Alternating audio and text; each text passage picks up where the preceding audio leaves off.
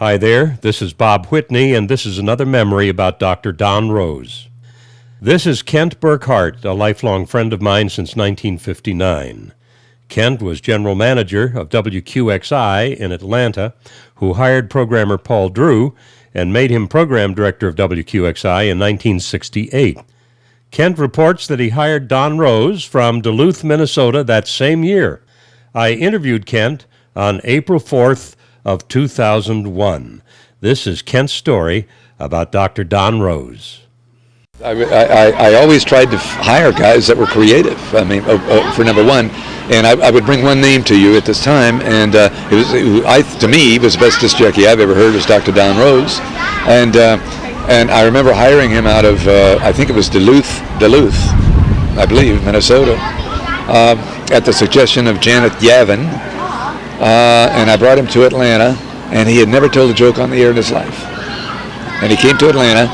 And as I recall the incident, Paul Drew was my program director there at the time, and Paul and I were driving to work, and we had in two separate cars, and we had Don Rose was on the air, and the cassette players, all four banks went out at one time. And he had to ad-lib for 10 or 15 minutes before the engineers could get it fixed. And he was just a natural wit. We didn't know. Nobody knew. He was just a soft, warm, midday, or as we used to say, housewife disc jockey until then. And we got into the studio. Paul and I almost had a wreck getting into the parking lot. And I walked in and I said, "How did you learn to say jokes, to tell jokes?" He said, "Well, I didn't say any jokes." I said, "You were very funny." I said, "Here's $100, go buy joke books," which he did. And the next rule was at least one liner, one funny liner between each record. You know, invent, go crazy. And those are the kind of guys you loved, who cared. He'd been fired like 3 times from different jobs, but nobody had given him the opportunity to do what he did best. And it was by accident that we found out. Again, timing is everything.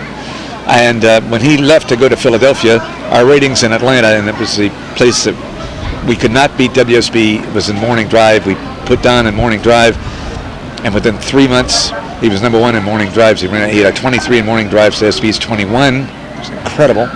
And I thought it was one of the biggest turnarounds of all time. And then FIL came in, and Don says that I did match the money, but he had to go there just to go to Philadelphia. As I remember it, I don't think I matched the money. I think the difference was $28,000 to $26,000. That same show today is worth $1 million to a performer like Don Rose. I just was fortunate enough to see him in California. At all in the recent past? I was on a panel with him in California in August. He looked great, talked great, totally retired, spending time with his family, and that's it. But he could still be on the air. He still has the pipes, but he doesn't want to do it anymore. He likes to get in his boat and go boating.